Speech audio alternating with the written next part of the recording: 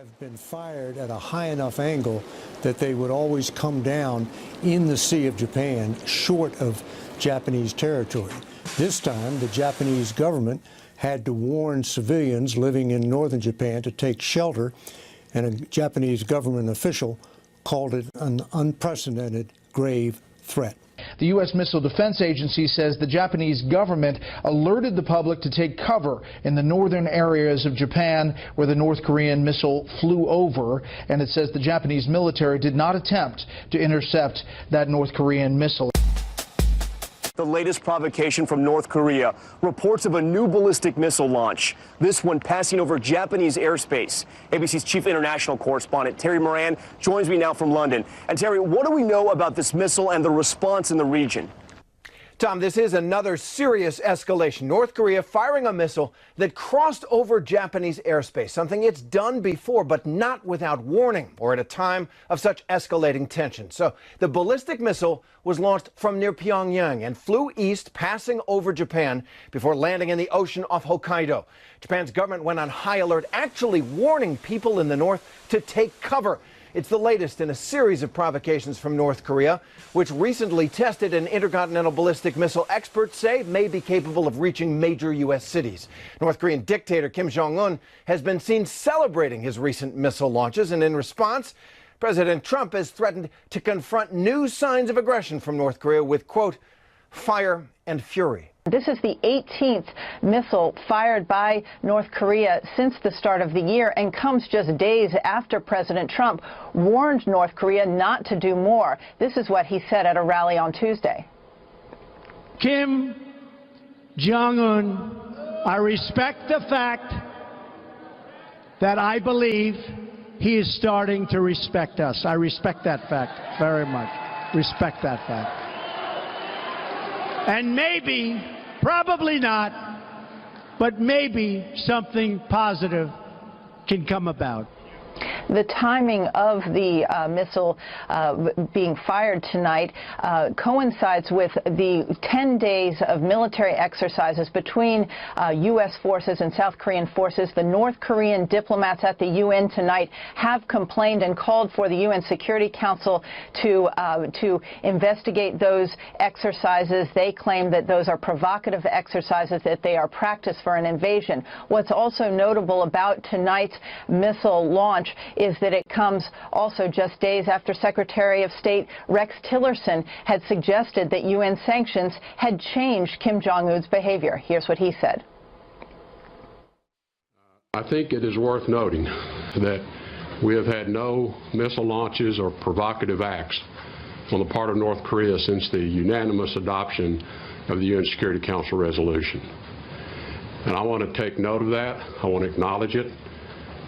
I am pleased to see that the regime in Pyongyang has certainly demonstrated some level of restraint that we've not seen in the past.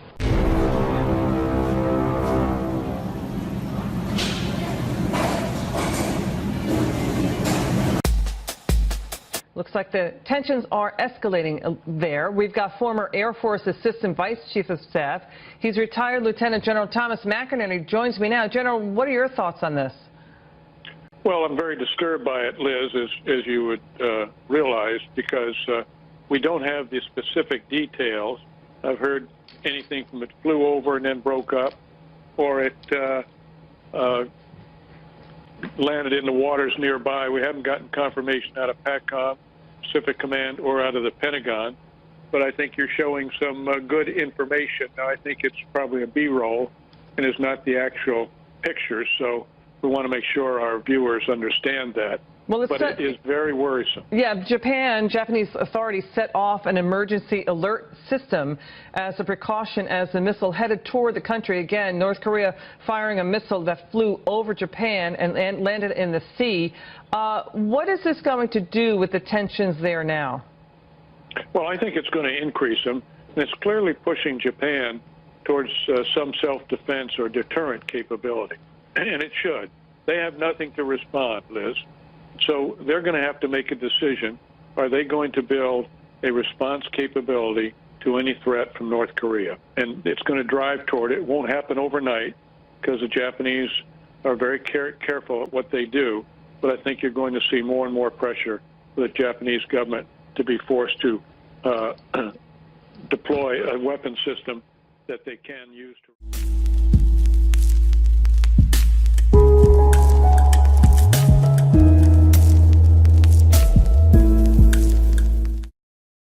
Pacific Ocean. The Pentagon also confirmed the missile that it flew over Japan's territory, adding that it's still assessing the launch. The missile flew some 2,700 kilometers, reaching an altitude of 550 kilometers. And experts say the North probably fired the missile to demonstrate that it's capable of targeting the U.S. territory of Guam at any given moment. The distance between Pyongyang and Guam is some 3,000 kilometers away. At the height of U.S.-North Korea tensions earlier this month, North Korea threatened to launch 4 intermediate ballistic missiles into waters near Guam to show it's capable of targeting U.S. military bases on the island. Now, Japan, which sounded sirens in certain regions upon news of the launch, is deeply concerned by the escalation, but made no effort to shoot down the missile. Now, Japan's Chief Cabinet Secretary Yoshihide Suga described it as an unprecedented grave threat, and Prime Minister Shinzo Abe vowed to protect the Japanese public in the wake of this provocation.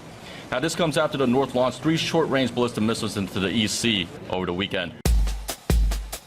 What's notable about the timing of this, and I've spoken to senior U.S. officials who said that they had seen some sort of movement that suggested that the North Koreans were preparing for an intermediate-range ballistic missile, but they weren't sure whether that was going to come. They were surprised that it came today. Remember, there are 10 days of military exercises taking place right now in South Korea between the U.S. military and the South Korean military. Those exercises are slated to end on Wednesday.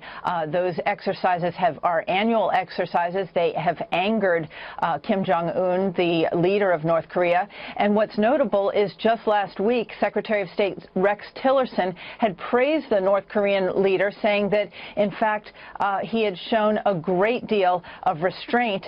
But then you saw over the weekend he fired 3 missiles. 2 of them were short range. 1 of them failed of the 3. So I believe that this is time to coincide with those military exercises with South Korea. Back to you. Jennifer, do we know how or even when we can expect to hear from the White House on this? Well, I know that the White House has called over here to the Pentagon to get the latest intelligence on this. Right now, U.S. Pacific Command and others are trying to gather the data on this missile launch, and so they will be communicating that to the White House. The White House will want to wait, of course, until they have that information because there will be a lot of decisions based on this. So strong words coming out of Seoul, and also a chorus of condemnation has been streaming in from across the world, as you'd imagine, following North Korea's latest missile provocation. Tokyo, in particular, is incensed after it was prompted to warn its local residents to take shelter as the North Korean missile flew over its territory. This kind of range missile could pose a threat to Guam, and it is not clear whether this is the last of the missiles being fired from Pyongyang, especially since these military exercises are ongoing.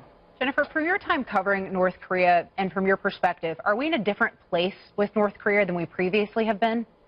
It certainly feels like it is that tension is ratcheting up. There's what feels like a very dangerous game of chicken, almost a dare taking place, and Kim Jong-un continues to try to show that he is still in power and in control and able to fire these missiles. But certainly the range of these missiles has gotten the attention, and the capabilities in the last 6 months of what we've seen has gotten the attention of those who watch these things here at the Pentagon and elsewhere.